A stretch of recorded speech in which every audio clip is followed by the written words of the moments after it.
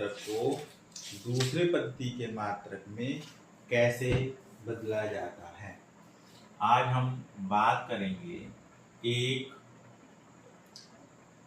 पद्धति के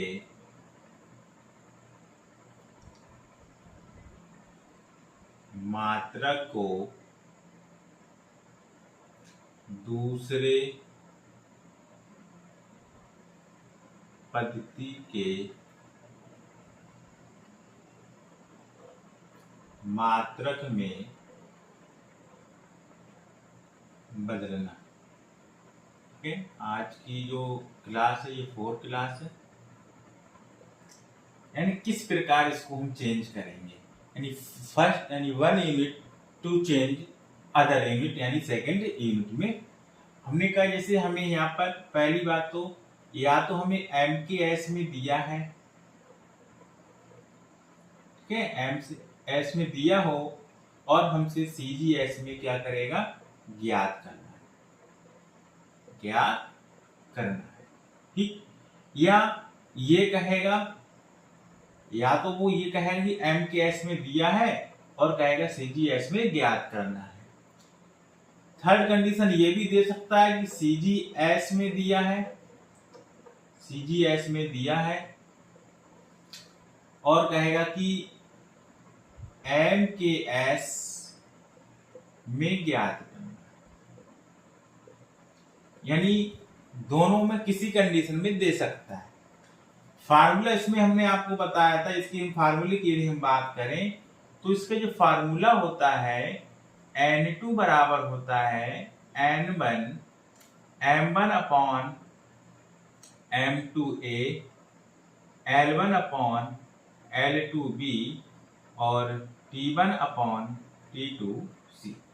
इस फार्मूले का यूज करके हमें निकालना। अब यह समझना ये है, यदि MKS में दिया है और CGS में निकालना है तो इसके लिए करेंगे क्या, M1 इसे मानेंगे, ठीक है, तो M1 को यहां पर हम लेंगे किसमें, किग्रा में, और M2 को यहां पर हम लेंगे ग्राम में, ठीक। यदि MKS में दिया है तब, ठीक है, तो M2 ग्राम में लेंगे और M2 हम यहां पर किलोग्राम में लेंगे। इसी प्रकार L1 जो है यहाँ पर इसको हम मीटर में लेंगे और L2 जो है ये हमारे पास सेंटीमीटर में होगा।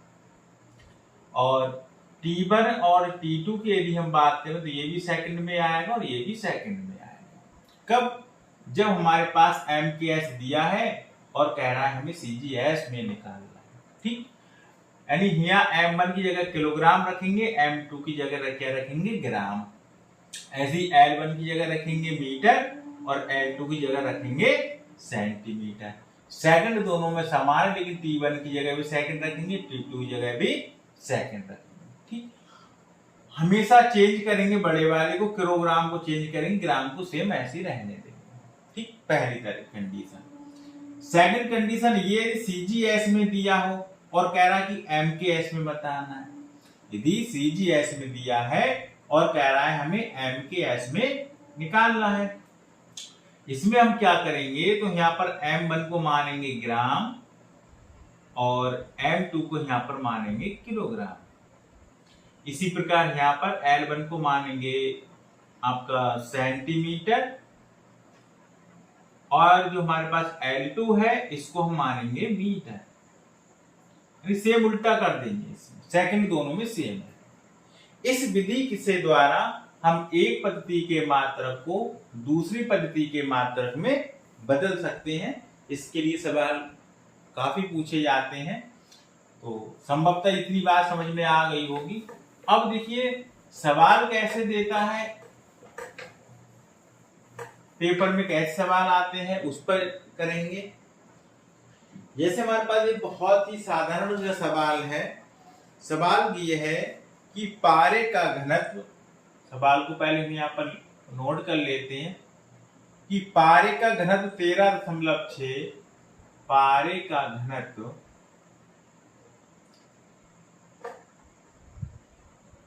का घनत्व 13.6 ग्राम पर सेंटीमीटर क्यूब है। ग्राम पर सेंटीमीटर क्यूब है, या क्यूब होता है लिख लो, ज्यादा ठीक है, क्यूब होता है। इसका मान विमीय विधि से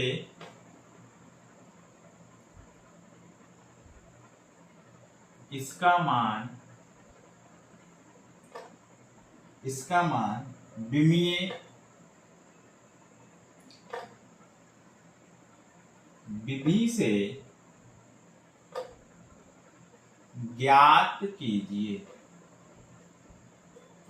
विमीय विधि से ज्ञात कीजिए, ठीक है। या ये भी यहां पर दे सकता है, ठीक है, कि विमीय विधि से m के s पद्धति में, यानी विमीय विधि से m के s पद्धति में व्यक्त कीजिए, ये सवाल आपको दिया है। सलूशन देखते हैं यहां पर कैसे होगा। पारे का घनत्व हमें दिया ग्राम पर सेंटीमीटर क्यूब, और हमने कहा जो CgS मात्रक होता है CgS, ठीक है, यानी C का मतलब यहाँ पर हमारे पास हो गया सेंटीमीटर, और G का मतलब हमारे पास यहाँ हो गया ग्राम, और S का मीन्स यहाँ पर हमारे पास हो गया सेकंड, ठीक। इसका मतलब जो ग्राम पर सेकंड मान है, ये हमारे पास CgS का मान दिया है। निकालना किसमें है? MKS में। फार्मूला हमने आपको बताया था N2 बराबर N1 M1 upon M2A L1 upon L2B और T1 अपॉन T2C, ठीक। इसमें हमने माना जब CgS में दिया तो पहले CgS के मान रखेंगे, तो इस कंडीशन में, इस फार्मूले में M1 को मानेंगे ग्राम, M2 को मानेंगे किलोग्राम। इसी प्रकार L1 को यहां पर मानेंगे हम यहां पर सेंटीमीटर, और L2 को यहां पर जो हम मानेंगे, इसको हम मानेंगे मीटर, ठीक है। यानी जो दिया है उसको हम पहले लिखेंगे, ठीक है। इसको हम यहां पर ये समझ सकते हैं। सेकंड दोनों में सेम ही है, इतनी बात हमने अभी आपको समझाई थी, क्लियर हुआ होगा। ये आंकिक मान दिया है, यानी N1 जो हमें दिया, ये दिया 13.6 N1 का मान, और मात्रक उन्होंने हमें दिया है ग्राम पर सेंटीमीटर क्यूब, ऐसे भी इसको लिख सकते हैं। अब विमीय विधि कह रहा है, और कौन से पद्धति में निकालना है? MKS में। फार्मूला लगाएंगे N2 बराबर, अब देखो सबसे पहले फार्मूला लगाने से पहले यहां पर पहले तो हम इसकी विमा निकालेंगे। तो जो घनत्व होता है, घनत्व, ठीक, घनत्व बराबर होता है द्रव्यमान बटे आयतन, ठीक। द्रव्यमान की विमा होती है m, हमने आपको बताया था, और आयतन की विमा होती है L क्यूब। आयतन की विमा होती है L क्यूब, क्योंकि आयतन में लंबाई गुणा चौड़ाई गुणा ऊंचाई, लंबाई यानी L, चौड़ाई L और ऊंचाई भी L, तो L क्यूब हो जाएगा। ये नीचे प्लस में है बेटा, तो ऊपर जाके माइनस में बनेगी, यानी ML माइनस 3 बनेगी। क्या बनेगी? ML minus 3। कहने का अर्थ ये है, हमारे पास जो घनत्व का विमीय सूत्र होगा, घनत्व का विमीय सूत्र जो होगा, विमीय सूत्र, ये हमारे पास बनेगा ML माइनस 3 का, ठीक। अब इसी में हम यहां पर मान लेंगे, इसी को हम क्या मानेंगे? M1 और M2। तो N2 बराबर N1 M1 अपॉन M2A। अब यहाँ पर विमा कितनी है? 1। हमने कहा कुछ नहीं लिखा है, इतने उस पर विमा 1 होगी, तो इस पर लिखेंगे 1, और यहाँ पर लिखेंगे L1 अपॉन L2, और इस पर विमा है कितनी? -3, तो इस पर हम लिखेंगे बेटा -3। अब यहाँ पर N2 बराबर N1 का मान बेटा हमें ये दिया है इतना केवल लिखेंगे 13.6। M1 की जगह पहले CGS में दिया है ग्राम, तो पहले लिखेंगे यहाँ पर ग्राम और फिर नीचे क्या लिखेंगे, इसी को हम किग्रा यानी किलोग्राम, बिमा एक तो एक लिख देंगे। L1 यहाँ पर हमें दिया किसमें, सेंटीमीटर, तो CGS में लिखेंगे तो सेंटीमीटर और इसको हम यहाँ पर लिख देंगे बेटा क्या, मीटर, और बिमा कितनी -3, तो इस पर लिखेंगे घात -3। ठीक है, समय दिया नहीं, समय को हम यहाँ पर छोड़ देंगे। अब हमने कहा था इसमें हमें चेंज करना है बड़ी यूनिट को, तो ग्राम छोटा है, किलोग्राम बड़ा है, और यहाँ पर समझ लीजिए जो 1 केजी होता है, 1 किलोग्राम होता है, वो 1000 ग्राम के बराबर होता है। यानी हम यहाँ पर कह सकते हैं कि 1000 ग्राम के बराबर होता है, और 1 मीटर जो होता है ये 100 सेंटीमीटर के बराबर होता है। तो मीटर बड़ा है, सेंटीमीटर छोटा होता है यूनिट में। ठीक, रख देंगे वैल्यू 13.6। ग्राम को हम यहाँ पर ग्राम ही रहने देंगे, कोई चेंज नहीं करेंगे, अपॉन किलोग्राम को बेटा करेंगे, तो ये हमारे पास में आ जाएगा कितना, 1000 ग्राम, 1000 ग्राम। ठीक है, पावर 1 तो 1 रखेंगे। सेंटीमीटर को बेटा सेंटीमीटर ही रहने देंगे, और यहाँ मीटर की जगह क्या लिखेंगे, 100 सेंटीमीटर, और पावर यहाँ पर -3 तो -3।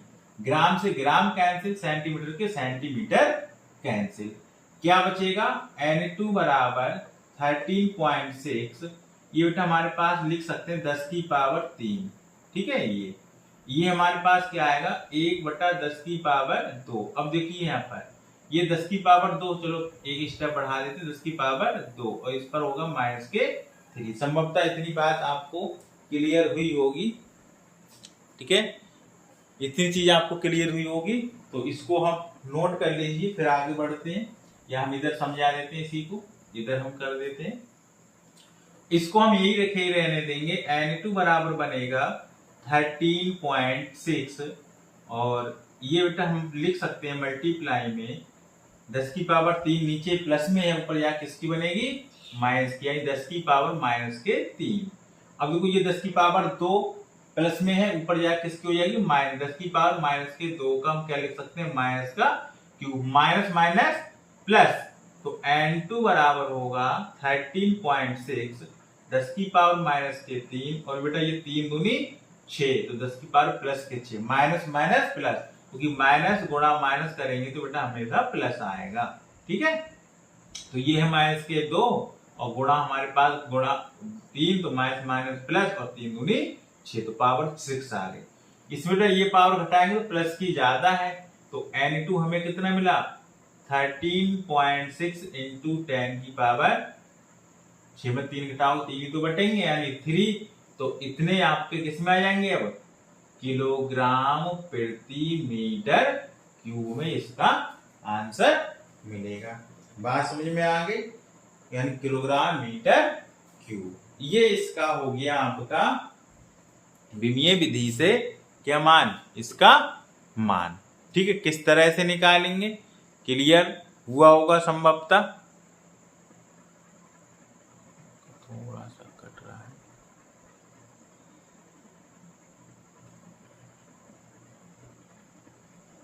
ठीक है, इसको नोट कर लीजिए।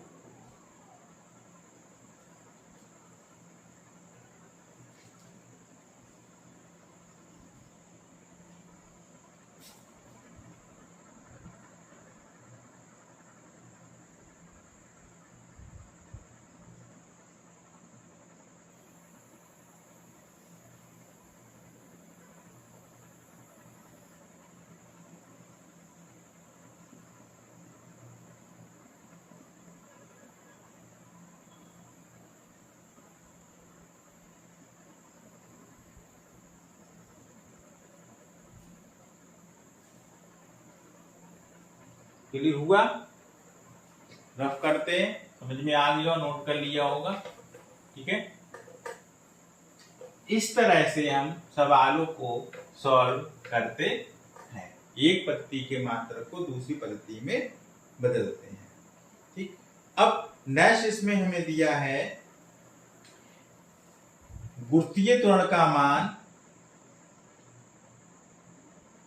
9.8 लिख सकते हैं। नेक्स्ट सवाल एक और करा देते हैं इसी में। गुरुत्वीय त्वरण का मान गुरुत्वीय त्वरण का मान 9.8 मीटर पर सेकंड स्क्वायर होता है।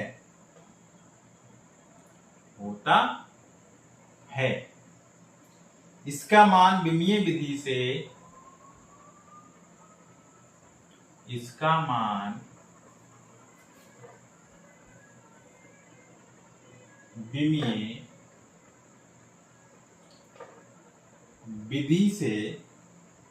विमीय विधि से CGS पद्धति में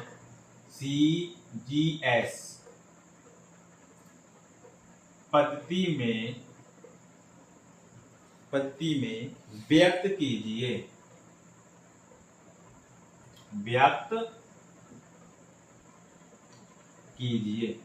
ठीक है, ये क्या है? तो इसको देखिए हम कैसे सॉल्व करेंगे, इसको देखें। सेम वही डायरेक्शन। N1 हमें जो बेटा दिया है ये दिया 9.8, ठीक, N1 का मान। यूनिट जो हमें दिए MKS में दिया है। गुरुत्वीय त्वरण का पहले विमीय सूत्र लिखेंगे, तो गुरुत्वीय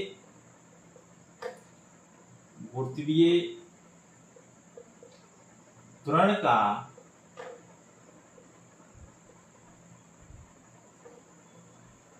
विमीय सूत्र बेटा जो होता है ये LT-2 होता है। मीटर की विमा L और समय T पर पावर नीचे प्लस में ऊपर जाके माइनस में LT-2 होता है। ठीक, अब CGS में फार्मूला लगाएंगे। N2 बराबर N1 M1 upon M2, power कितनी 1, ठीक है। तो यहाँ पर पावर 0 है, ये है ही नहीं, तो इसको यहाँ पर पहले फार्मूला चलो लेके देते हैं। ठीक है, तो A आता और L1 अपॉन L2 यहाँ पर B आता और T1 अपॉन T2 यहाँ पर C आता। बट यहाँ पर हमें M का नहीं है विमा में, तो M को नहीं लिखेंगे, केवल L और T है, तो L और T की बात करेंगे। ठीक है, बात समझ में आ गई। तो फार्मूला हमारे पास जो बनेगा N2 बराबर N1 L1 upon L2 1 power 1 है और T1 upon T2 power -2। N1 की जगह रखेंगे 9.8, L1 की जगह पहले ग्राम मीटर दिया है तो इसको हम लिखेंगे पहले मीटर और नीचे L2 में हम क्या लेंगे सेंटीमीटर। ठीक है, सेकंड दोनों में फॉर्म सेकंड ही है, इसमें भी सेकंड ही आएगा और इसमें भी सेकंड ही आएगा और माइनस की पावर 2 9.8। तो देखो इसमें हमने कहा था मीटर को ही चेंज करेंगे, तो 1 मीटर में होता है 100 सेंटीमीटर और अपॉन बेटा हमारे पास बनेगा 100 सेंटीमीटर। सेकंड तो सेकंड काटेंगे तो 1 की पावर -2। ठीक, ये हमारे पास 9 की पावर 8 सेंटीमीटर कैंसिल हो जाएंगे। ठीक है, तो इधर बता देते हैं, जब ये कैंसिल होंगे तो हमारे पास जो बचेगा यहाँ पर 9.8 और 100, ये है 100। ठीक है, और ये बेटा प्लस में पावर चाहे प्लस की हो चाहे माइनस की हो, 1 बटा, इसको हम लिख सकते हैं 1/1 की पावर 2। 1 की हम कितनी भी बार गुणा करें हमारे पास वैल्यू 1 ही मिलती है, तो 1 से मल्टीप्लाई, यानी ये हमारे पास हो जाएगा 900।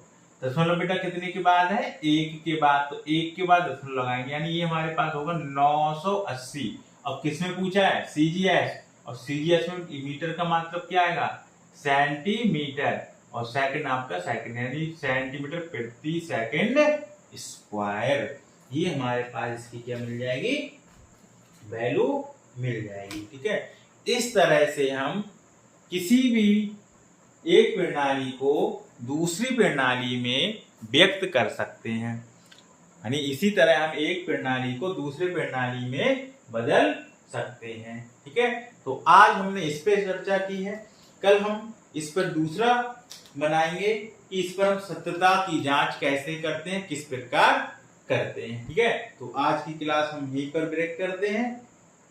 हम नेक्स्ट क्लास में हम यहाँ पर नया टॉपिक को लेकर आएंगे। ठीक है, और उस पर कुछ उदाहरण देंगे कि किस प्रकार विमीय विधि से कि हम यहाँ पर सूत्र का निगमन करते हैं और किस प्रकार समीकरणों की हम जांच करते हैं। ठीक है।